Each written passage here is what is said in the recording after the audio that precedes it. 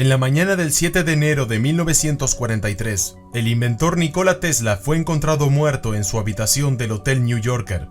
A la mañana siguiente, Sava Kosanovich, su sobrino, fue de las primeras personas en llegar a su habitación según él. Como resultado, algunos documentos y un cuaderno negro faltaban.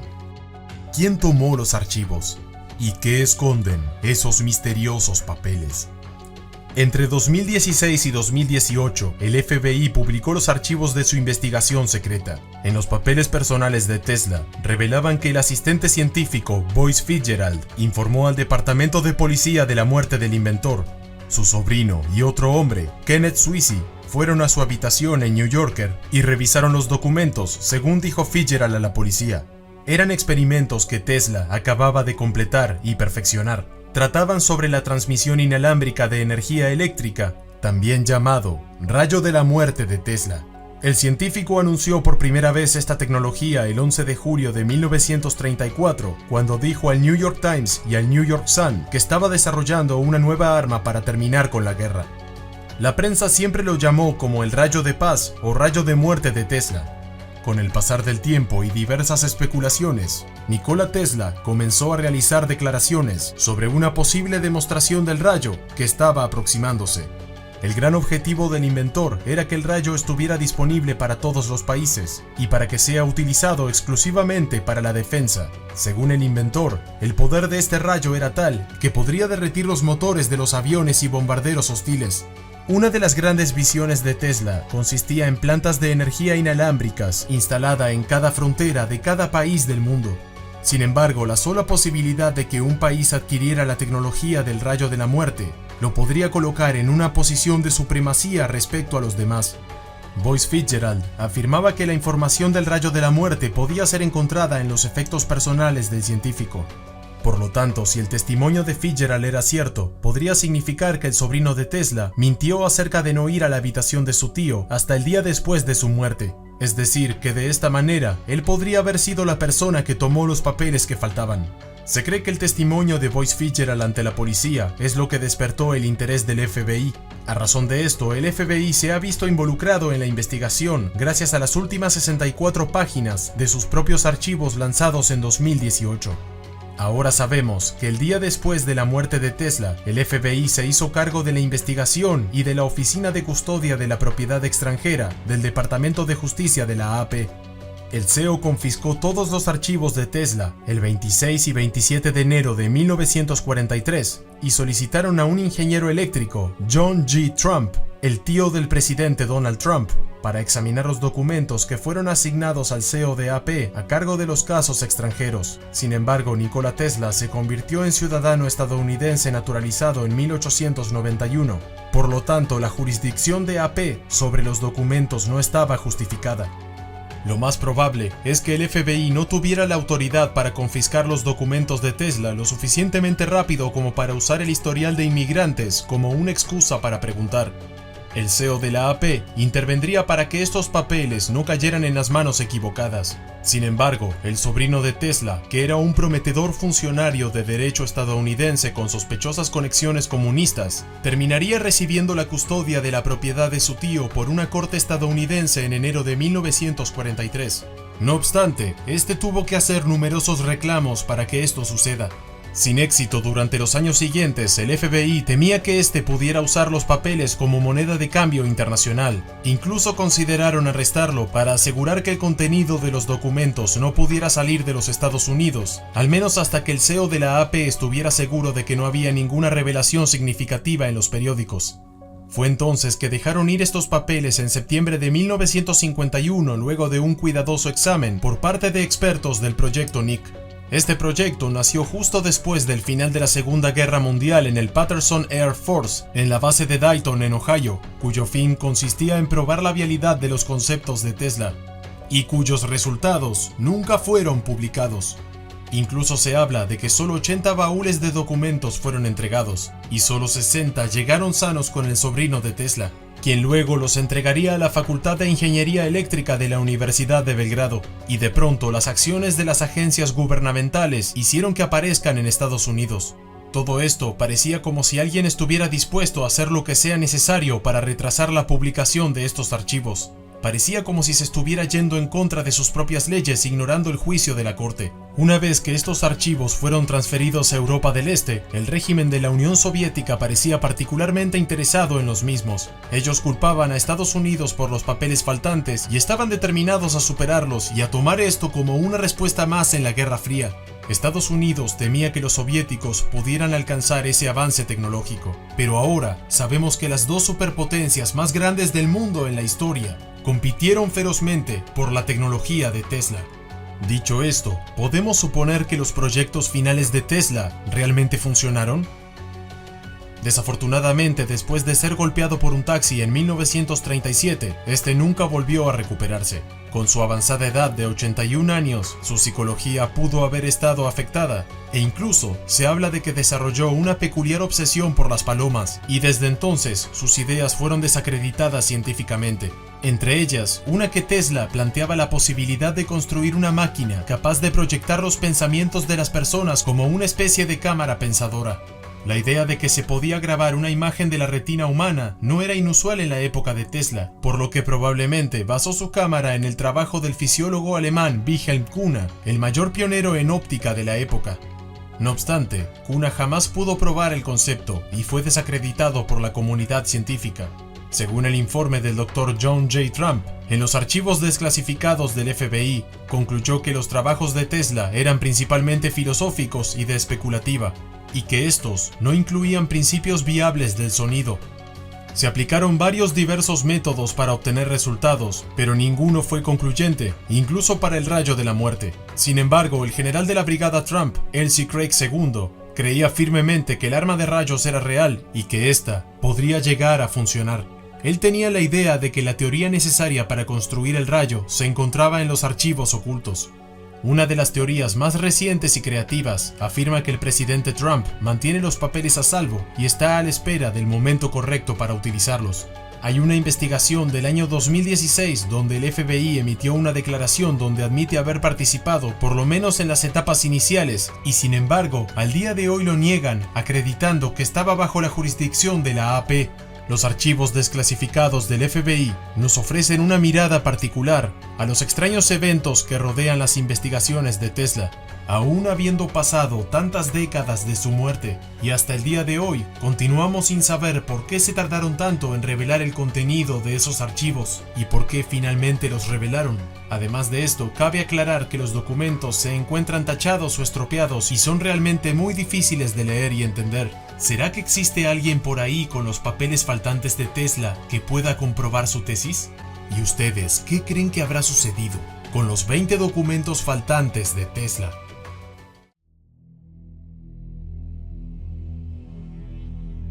Mientras reviso los eventos que han ocurrido en mi vida, me doy cuenta de lo sutiles que son las influencias que dan forma a nuestros destinos. Un incidente de mi juventud puede servir para ilustrar. Un día de invierno logré escalar una montaña empinada en compañía de otros chicos. La nieve era bastante profunda y un viento cálido del sur no hacía adecuado para nuestro propósito. Reflexionamos lanzando bolas que rodarían por una cierta distancia, recogiendo más o menos nieve, e intentamos superarnos en este apasionante deporte. De repente, vimos que una bola iba más allá del límite y se agrandaba en proporciones enormes hasta que se volvió tan grande como una casa, y tremendamente se unió en el valle que estaba más abajo por una fuerza que hizo temblar el suelo. Miré hechizado, incapaz de comprender lo que había sucedido. Durante semanas la imagen de la avalancha permanecía ante mis ojos, y desde entonces me pregunté cómo algo tan pequeño podía crecer a un tamaño tan inmenso. Estaba fascinado sobre la magnificencia de las pequeñas acciones, y años después, cuando me dediqué al estudio experimental de resonancia mecánica y eléctrica, me interesé mucho desde el principio. Posiblemente si no hubiera sido por esa poderosa impresión, es posible que no hubiera seguido la pequeña chispa que obtuve con mi bobina y nunca llegara a desarrollar mi mejor invento. Me ofrecieron un puesto en París que acepté con mucho gusto. Nunca podré olvidar la profunda impresión que esa mágica ciudad produjo en mi mente. Durante varios días después de mi llegada, deambulé por las calles y me desconcerté por completo por tanto espectáculo. Las atracciones eran muchas e irresistibles. Había mucho que hacer. Había tenido una vida bastante extenuante, algo que podría denominarse como moda rooseveltiana. Todas las mañanas, independientemente del clima, iría del Boulevard Saint-Marcel, donde residía, a una casa de baños en el Sena. Me zambulliría en el agua y realizaría el circuito 27 veces para luego caminar por 1 hora y llegar a Évry, donde estaba ubicada la fábrica de la compañía. Allí tomaría el desayuno a las 7:30 de la mañana y luego empezaría ansiosamente la hora del almuerzo. Mientras tanto, trabajaría junto al director de la obra, el señor Charles Batchelor, asistente y amigo íntimo de Edison. Durante ese tiempo estuve en contacto con algunos estadounidenses quienes me tomaron mucho aprecio debido a mi habilidad en el billar. En ese entonces me decepcioné enormemente debido al fracaso total de mis intentos de reunir capital para mis investigaciones.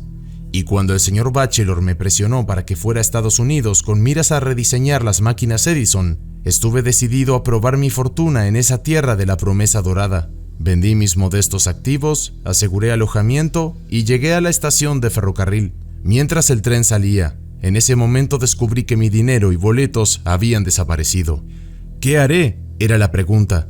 Tuve mucho tiempo para deliberar, pero tuve que decidir mientras corría junto al tren, con sentimientos opuestos surgiendo en mi cerebro como oscilaciones de condensador.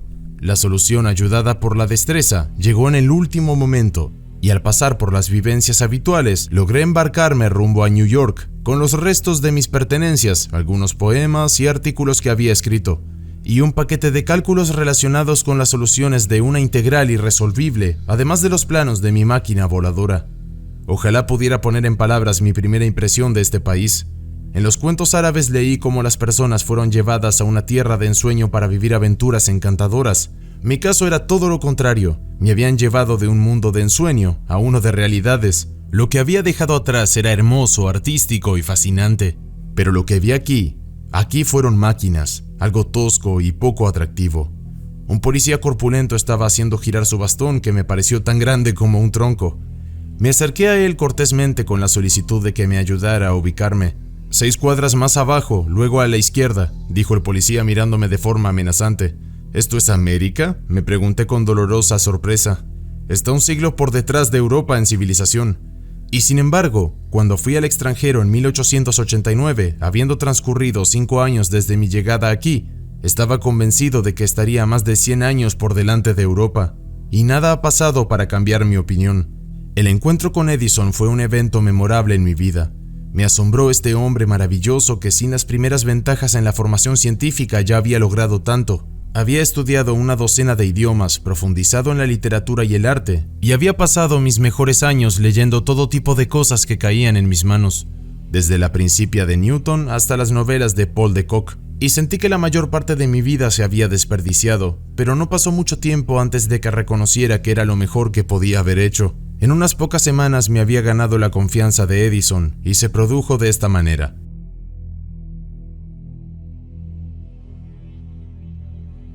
El SS Oregon, el barco vapor más rápido en ese momento, tenía sus 2 máquinas de iluminación desactivadas y su navegación se retrasó, ya que la superestructura se había construido después de su instalación. Era un problema imposible de resolver, la situación era grave y Edison estaba muy molesto. Por la noche me llevé los instrumentos necesarios y subí a bordo del barco donde pasé la noche. Los dínamos estaban en muy mal estado, con varios cortocircuitos y roturas, pero con la ayuda de la tripulación logré ponerlos en marcha. A las 5 de la mañana, cuando pasaba por la Quinta Avenida de camino a la tienda, me encontré con Edison y Batchelor, además de algunos otros que regresaban a casa para descansar. «Aquí está nuestro parisino corriendo por la noche», dijo. Cuando le dije que venía del Oregon y había reparado ambas máquinas, me miró en silencio y se alejó sin decir una palabra más. Pero cuando se había alejado un poco, le escuché decirle a Batchelor: «Este hombre es realmente bueno». Y desde ese momento tuve total libertad para dirigir el trabajo durante casi un año. Mi horario habitual era a partir de las 10:30 am hasta las 5 am de la mañana siguiente, sin excepción de un día. Edison me dijo: «He tenido muchos asistentes y muy trabajadores, pero tú te llevas los aplausos». Durante este periodo diseñé 24 tipos diferentes de máquinas estándar con núcleos cortos y de patrón uniforme que reemplazaron a las antiguas. Mi jefe me había prometido $50,000 al completar esta tarea, pero resultó ser una broma pesada. Esto para mí fue un doloroso golpe y renuncié a mi puesto. Inmediatamente después, algunas personas se me acercaron con la propuesta de formar una empresa bajo mi nombre, a lo que acepté. Aquí finalmente hubo una oportunidad para desarrollar el motor, pero cuando le mencioné el tema a mis nuevos socios dijeron: no, queremos la lámpara, no nos importa este tema de la corriente alterna tuyo. En 1886 mi sistema de iluminación de arco fue perfeccionado y adoptado para la iluminación de fábricas y municipal. Yo estaba libre pero sin otra posesión que un certificado de acciones bellamente grabado, pero de valor hipotético. Luego siguió un periodo de lucha en un nuevo medio para el que no estaba preparado. Pero al fin, la recompensa llegó en abril de 1887. La empresa eléctrica Tesla finalmente se organizó proporcionando un laboratorio e instalaciones. Los motores que construí allí eran exactamente como los había imaginado. No intenté mejorar el diseño, pero casi reproduje las imágenes de tal modo que aparecían en mi visión y la operación fue siempre como esperaba. A principios de 1888 se hizo un acuerdo con la empresa Westinghouse para la fabricación de motores a gran escala, pero aún había que superar grandes dificultades. Ellos no querían apartarse de sus formas estándar de aparatos y mis esfuerzos debían concentrarse en adaptar el motor a estas condiciones. Otra necesidad era producir un motor capaz de funcionar eficientemente a esta frecuencia en 2 cables, lo que no era fácil de lograr. A fines de 1889 mis servicios en Pittsburgh ya no eran esenciales. Regresé a Nueva York y reanudé el trabajo experimental en un laboratorio en Grant Street, donde comencé inmediatamente el diseño de máquinas de alta frecuencia. Los problemas de construcción en este campo inexplorado eran novedosos, bastante peculiares y encontré muchas dificultades. A pesar de esto, mi progreso fue tan rápido que me permitió exponer en mis conferencias en 1891. Eso fue una bobina que producía chispas de 5 pulgadas. Fue en aquel entonces desde mi anuncio inicial de la invención y ha llegado a ser de uso universal. Y provocó una revolución mayor en muchos campos, pero aún así un futuro mayor le aguardaba. Cuando en 1900 obtuve descargas poderosas de 100 pies y envié una corriente alrededor del globo, me acordé de la primera chispa que observé en mi laboratorio de Grant Street. Me emocioné al recordar esas sensaciones al descubrir el campo magnético giratorio. En uno de estos bocetos biográficos me he referido a las circunstancias de mi vida temprana, y hablé de una aflicción que me obligó a un ejercicio incesante de imaginación y autoobservación. Esta actividad mental, al principio involuntaria, bajo la presión de la enfermedad y el sufrimiento, gradualmente se convirtió en una segunda naturaleza, y finalmente me llevó a darme cuenta de que no era más que un autómata desprovisto de libre albedrío en pensamiento, acción y meramente receptivo a las fuerzas del entorno. Nuestros cuerpos tienen una estructura tan compleja, los movimientos que realizamos son tan numerosos e involucrados, y las impresiones externas en nuestros órganos de los sentidos son tan delicadas y elusivas que es difícil para la persona promedio comprender este hecho. Somos autómatas enteramente, controlados por las fuerzas del medio que se arrojan como corchos en la superficie del agua, pero confundiendo la resultante de los impulsos del exterior con el libre albedrío. Los movimientos y otras acciones que realizamos son siempre salvavidas, y aunque aparentemente son bastante independientes entre sí, estamos conectados por vínculos invisibles. Un ser muy sensible y observador con su mecanismo altamente desarrollado, todo intacto, y actuando con precisión en obediencia a las condiciones cambiantes del entorno, está dotado de un sentido mecánico trascendente, que le permite evadir peligros, demasiado sutil para ser percibido directamente.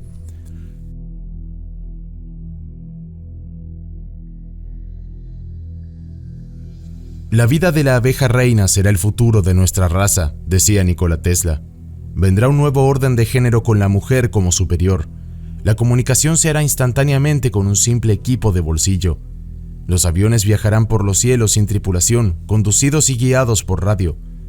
Se transmitirá una enorme potencia a grandes distancias sin cables. Los terremotos pronto serán cada vez más frecuentes. Las zonas templadas se volverán frías o tórridas. Y algunos de estos impresionantes desarrollos, dice Tesla, no están tan lejos. A los 68 años, Nikola Tesla se sienta tranquilamente en su estudio, revisando al mundo que ha ayudado a cambiar previendo otros cambios que deben venir en el avance de la raza humana. Desde el inicio del sistema inalámbrico, Tesla dice: vi que este nuevo arte de la electricidad aplicada sería de mayor beneficio para la raza humana que cualquier otro descubrimiento científico, pues prácticamente elimina la distancia. La mayoría de los males que padece la humanidad se deben a la inmensa extensión del globo terrestre y a la incapacidad de los individuos y las naciones para entrar en contacto cercano. La tecnología inalámbrica logrará un contacto más cercano a través de la transmisión de inteligencia. Podremos transportarnos a nosotros mismos, así como materiales y energía. Cuando la tecnología inalámbrica se aplique perfectamente, toda la Tierra se convertirá en un cerebro enorme, que en realidad lo es. Todas las cosas son partículas de un todo real y rítmico. Seremos capaces de comunicarnos entre nosotros instantáneamente, independientemente de la distancia. Y no solo eso, sino que a través de la televisión y los teléfonos nos veremos y escucharemos unos a otros tan perfectamente como si estuviéramos cara a cara a pesar de distancias intermedias de miles y miles de millas. Y los instrumentos a través de los cuales podremos hacer esto serán asombrosamente simples en comparación con nuestro teléfono actual. Una persona podrá llevar uno en su bolsillo. Tesla predijo grandes cambios en nuestra vida diaria. Podremos presenciar y escuchar eventos, la toma de posesión de un presidente, el juego de una serie mundial, los estragos de un terremoto o el terror de una batalla, como si estuviéramos presentes ahí mismo. Cuando la transmisión inalámbrica de energía sea un hecho, se revolucionará el transporte comercial y la transmisión. Las imágenes en movimiento ya se han transmitido de forma inalámbrica a corta distancia. Más adelante la distancia será ilimitada. Es más probable que el periódico local se imprima de forma inalámbrica en el hogar durante la noche. La gestión doméstica, es decir, los problemas de calefacción, luz y mecánica, todo esto se facilitará a través del beneficio de la energía inalámbrica. Las fronteras internacionales se borrarán en gran medida y se dará un gran paso hacia la unificación y la existencia armoniosa de las diversas razas que habitan el mundo. La tecnología inalámbrica no solo hará posible el suministro de energía a regiones, por inaccesibles que sean, sino que será eficaz políticamente al armonizar los intereses internacionales, creará entendimiento en lugar de diferencias. Quizás la aplicación más valiosa de la energía inalámbrica será la propulsión de máquinas voladoras que no llevarán combustible y que estarán libres de limitaciones de los aviones actuales. Viajaremos de New York a Europa en pocas horas. Preveo que el desarrollo de la máquina voladora superará al del automóvil y espero que el señor Ford haga una gran contribución a este progreso.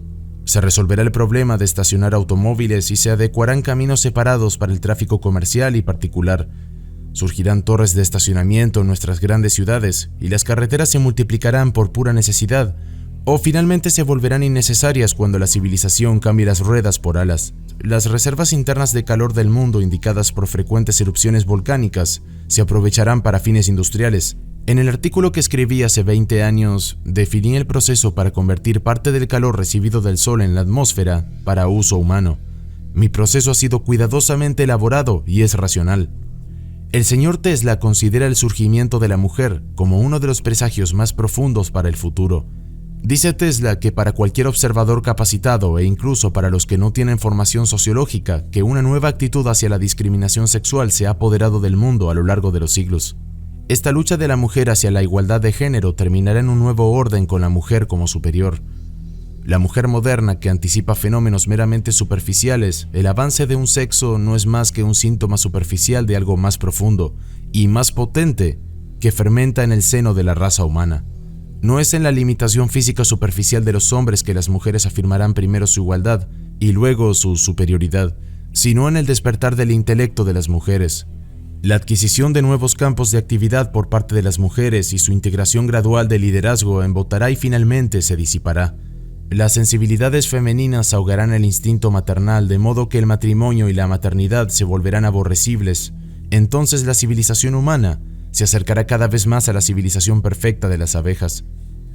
El centro de toda la vida de las abejas es la reina. Ella domina la colmena no por derecho hereditario, ya que puede ser cualquier huevo, sino porque es el útero de esta raza de insectos. Hay vastos ejércitos sexualizados de trabajadores cuyo único objetivo y felicidad en la vida es el trabajar duro. Es la perfección del comunismo de la vida cooperativa socializada en la que todas las cosas, incluidos los jóvenes, son propiedad e interés de todos.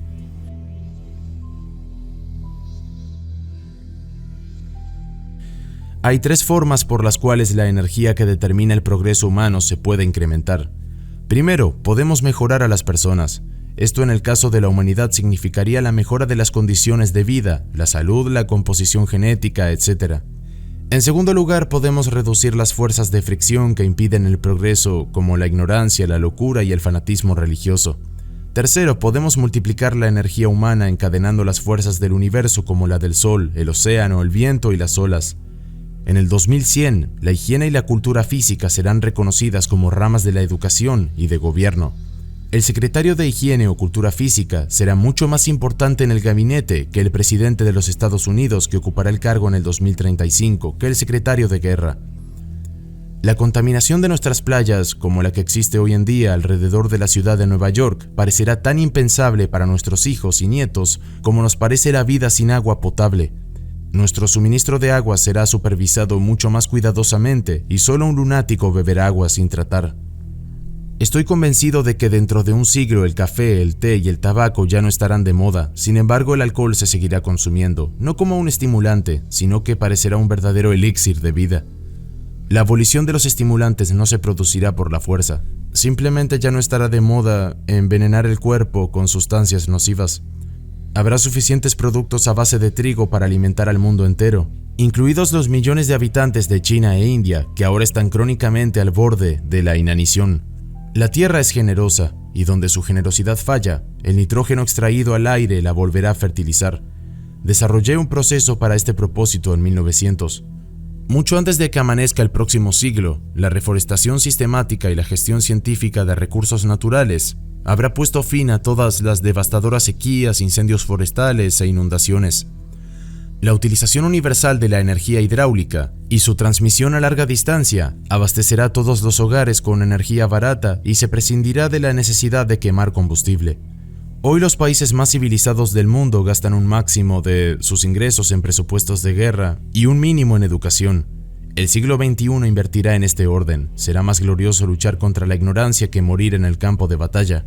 Los periódicos del siglo XXI darán un mero espacio en las últimas páginas o los relatos de crímenes o controversias políticas, pero encabezarán en las primeras páginas la proclamación de nuevas hipótesis científicas.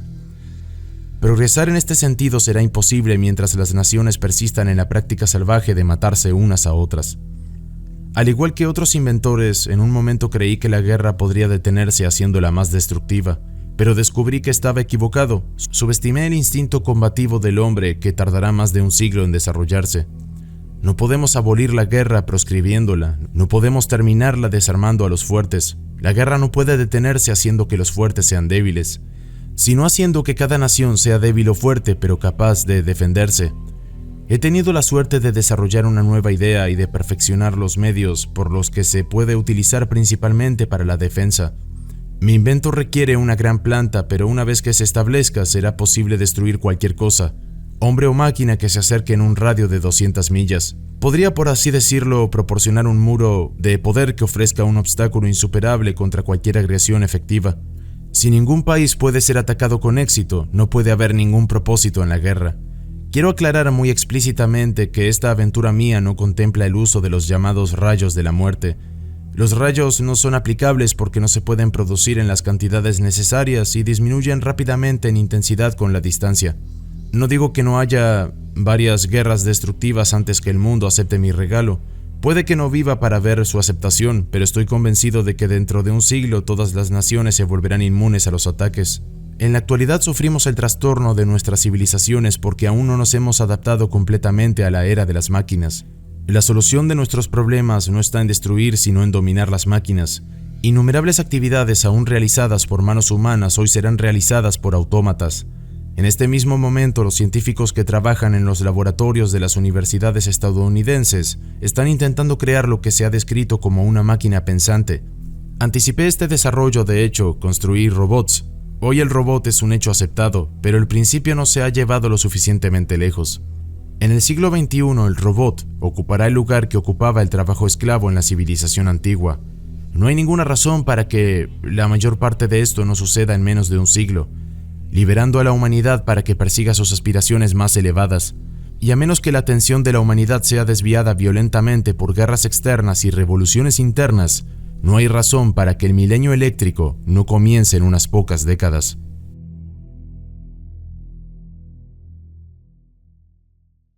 Tu apoyo incondicional es nuestra motivación para crear y compartir cada vez más contenido. Si este video resonó contigo, puedes dejar tu me gusta, compartirlo y dejar tus experiencias en la sección de comentarios. ¡Hasta la próxima! Esto es Universo Consciente. Si te ha gustado este video, puedes dar like, comentar o suscribirte. ¡Vamos, inténtalo! Te estamos esperando.